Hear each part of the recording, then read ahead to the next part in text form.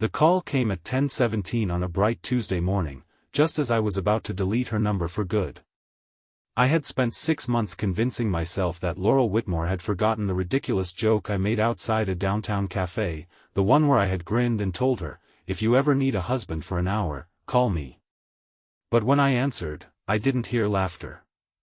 I heard Laurel struggling to breathe between quiet sobs.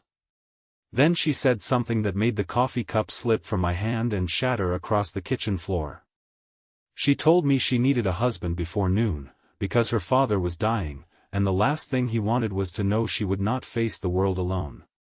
Before I continue, please like, comment, share, and subscribe to our channel if you believe in kindness, forgiveness, hope, and second chances, because sometimes the words we say as a joke become the doorway to the life we were meant to live. My name is Everett Cole, and until that morning, I believed my life was carefully organized.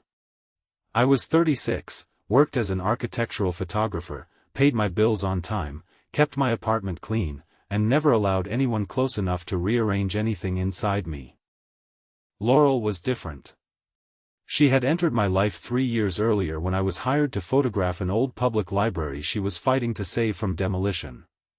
She was a preservation attorney with stubborn green eyes, chestnut hair she never managed to keep pinned back, and a way of speaking about forgotten buildings as though they were wounded people who deserved another chance.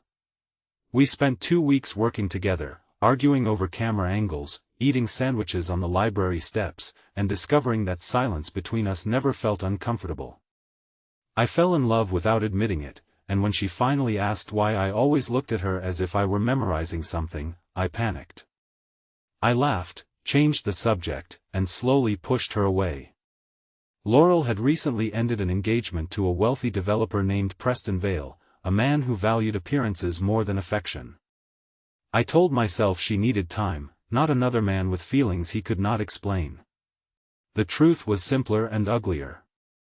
I was afraid she might choose me, and even more afraid she might not. Our friendship faded through a series of unanswered messages and postponed lunches. The last time I saw her was 6 months before that call. We had crossed paths outside the cafe near the courthouse, where she looked exhausted and joked that every family event felt like an interrogation about why she was still unmarried.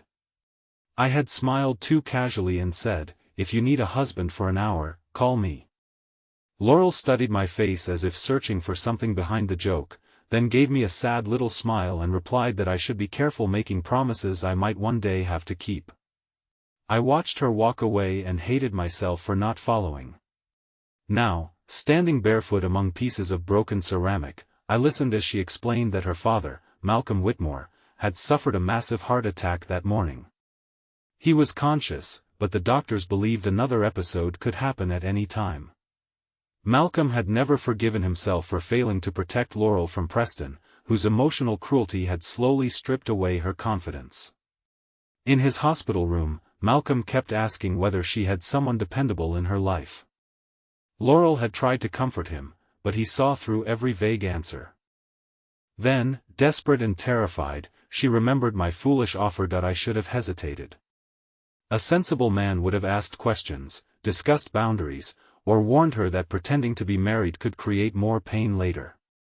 Instead, I stepped over the broken cup, grabbed my jacket, and told her I would be there. The hospital stood across town beneath a cloudless sky, its glass windows reflecting the white brilliance of late morning. Laurel waited near the entrance in a pale blue dress and a gray cardigan, her hands clasped so tightly that her knuckles had turned white. She looked smaller than I remembered, as though grief had been quietly shrinking her. When she saw me, relief moved across her face, followed by guilt. She apologized for calling, but I told her not to. She explained that she had already told Malcolm we had married privately 2 weeks earlier because we wanted something simple. The lie had grown before she could stop it. Her aunt had heard, the nurses had congratulated her, and Malcolm now wanted to meet his new son-in-law. Laurel expected me to be angry. Instead, I took her trembling left hand, slipped an old silver band from my key ring onto her finger, and told her that for the next hour, she would not have to carry anything alone. The silver band had belonged to my mother. I had kept it after she died, attached to my keys because I could not bear to leave it in a drawer. Laurel recognized it immediately. Years earlier, I had told her how my mother spent 28 years loving a man who rarely said what he felt but proved it every morning by warming her car, fixing her lunch, and leaving handwritten notes beneath her coffee cup. Laurel stared at the ring with tears gathering in her eyes. She asked whether I was certain, and I told her it was only a prop. The words sounded hollow the moment I spoke them. Inside Malcolm's room, sunlight stretched across the floor, touching the bed where a once powerful man lay beneath white blankets. Malcolm had been a firefighter for 32 years, broad-shouldered, blunt, and fiercely protective of his only daughter. Illness had hollowed his cheeks, but his gaze remained sharp. Laurel introduced me as her husband, and for one terrifying second Malcolm said nothing. Then he reached out, gripped my hand, and whispered that he had been waiting years for me to stop being a coward. Laurel froze.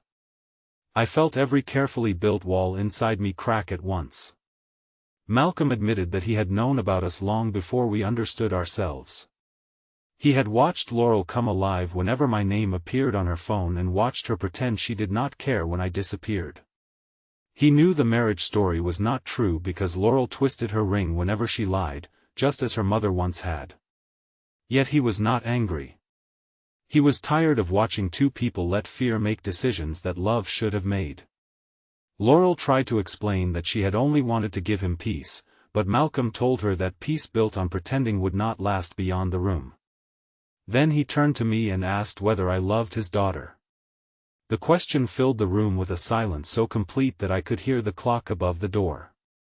I wanted to protect myself with humor, but the sight of Laurel's wounded face stopped me. For the first time in my adult life, I chose honesty before safety. I told Malcolm that I had loved Laurel for years, that I had stayed away because I believed she deserved someone braver, and that every day without her had proven how wrong I was. Laurel pulled her hand from mine. She did not look touched. She looked furious. She told me love was not something a person could hide for years and reveal at a hospital bedside as though honesty erased abandonment. Her voice remained low for Malcolm's sake, but every word struck with the force of something long restrained. She reminded me that after Preston humiliated her, controlled her friendships, and made her question her judgment, I had been the one person she trusted. Then, just when she began believing she could rebuild her life, I disappeared without explanation. I had called it giving her space, but she had experienced it as another man deciding what was best for her without asking. I wanted to defend myself, yet there was no defense. Fear might explain cruelty, but it did not erase its consequences. I apologized without asking her to forgive me. I told her she was right, and that I had disguised cowardice as sacrifice because it sounded nobler. Malcolm closed his eyes, exhausted but peaceful, and murmured that truth was finally doing what pretending could not. The hour we had agreed upon passed, but neither of us left. Malcolm's condition stabilized enough for the doctors to schedule further treatment, and the immediate fear of losing him began to ease. Laurel's aunt arrived with flowers and joyful tears, believing the marriage was real. Laurel looked at me, expecting another performance. Instead, I told her aunt the truth. I explained that Laurel had panicked, that I had agreed to help, and that no wedding had taken place. The confession created an uncomfortable silence, but it also ended the lie before it could become a cage. Laurel seemed surprised that I had risked embarrassing myself rather than asking her to keep pretending. Outside Malcolm's room, beneath the bright hospital atrium, she returned my mother's ring. I closed her fingers around it and told her to keep it until she decided what it meant, even if she eventually returned it by mail. She asked what I expected from her. I told her I expected nothing. I would not vanish again, but I would also not pressure her to reward my honesty. If she needed a friend, would be a friend. If she needed distance, I would respect it. And if one day she chose someone else, I would still be grateful that loving her had finally taught me how to tell the truth. The weeks that followed did not become a perfect romance. Malcolm began cardiac rehabilitation, and I visited him twice a week, sometimes with Laurel and sometimes alone. He enjoyed criticizing my photographs and pretending not to notice when Laurel and I avoided discussing our feelings. Laurel remained cautious. She had spent too long recovering from Preston's manipulation to rush into another relationship, especially with someone who had already hurt her through silence. I learned that redemption was not a dramatic confession followed by immediate forgiveness. It was consistency. It was answering calls, showing up when promised, admitting mistakes before they became excuses, and allowing the person I loved to set the pace. Laurel watched me rebuild trust through small, ordinary actions. I helped Malcolm install handrails at home after his discharge. I photographed the restored library for free when the Preservation Committee finally secured funding. I sat beside Laurel during a public hearing where Preston tried to discredit her professional judgment, and instead of speaking for her, I let her defend herself. She did so brilliantly. When we left the courthouse beneath the warm afternoon sun, Laurel told me that supporting someone did not always mean rescuing them.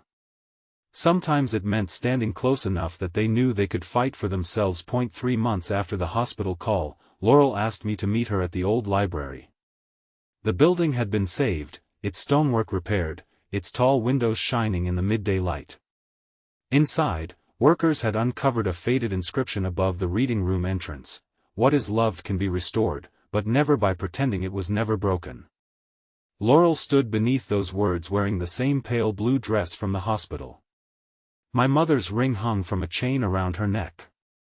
She told me she had spent months deciding whether she could trust what I felt or whether I had only confused fear of loss with love. Then she admitted that the answer had appeared in the quiet days after the crisis. I had not pushed her, performed for her, or demanded forgiveness. I had simply remained. She said she was not ready to marry me, not that day, and not merely to complete the joke that started everything.